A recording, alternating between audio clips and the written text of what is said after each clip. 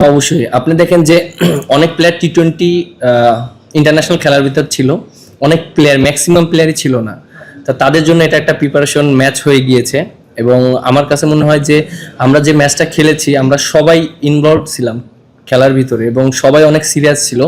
আপনি যদি দেখেন ওই টিমের ম্যানেজমেন্ট থেকে প্লেয়ার থেকে সবাই সিরিয়াস ছিল এবং আমরাও ম্যানেজমেন্ট থেকে প্লেয়াররা সবাই সিরিয়াস ছিলাম এবং আপনার যদি দেখেন একটা বলের জন্য কেউ কিন্তু মানে জিনিসটা এরকম নেয়নি যে এটা একটা প্র্যাকটিস ম্যাচ হচ্ছে বা এটা একটা ফ্রেন্ডশিপ ম্যাচ হচ্ছে, এটা কেউ কখনো ভাবিনি। কারণ আমরা সবাই প্রফেশনাল প্লেয়ার, আমরা প্রফেশনভাবেই জিনিসটাকে নিয়েছি এবং সবাই ওইভাবেই পারফর্ম করার চেষ্টা করেছে। আর যেহেতু এখানে দেখেন যে সবাই ইনভলভ আছে, আপনারা যারা আছেন আপনারাও এখানে ইনভলভ ছিলেন এবং খেলাটা টিভিতে দেখিয়েছে, ক্রিকেট বোর্ডের ম্যাক্সিমাম কর্মকর্তারা ছিলেন এবং যারা ক্রিকেটের সাথে ছিলেন সবাই ছিলেন এবং দর্শকও এসেছেন টিকিট কেটে।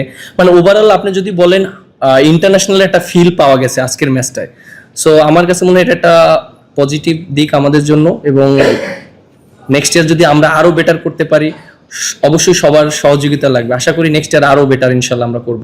আমি কিন্তু এর আগেও বলেছি যে মুখে না বললে মাঠে খেলাটা ইম্পর্টেন্ট। সো আমি এটা বিশ্বাস করি মাঠে যদি আমরা পারফর্ম করি, সবাই আপনারা এখন জানেন যে কে কাকে শুয়েছে।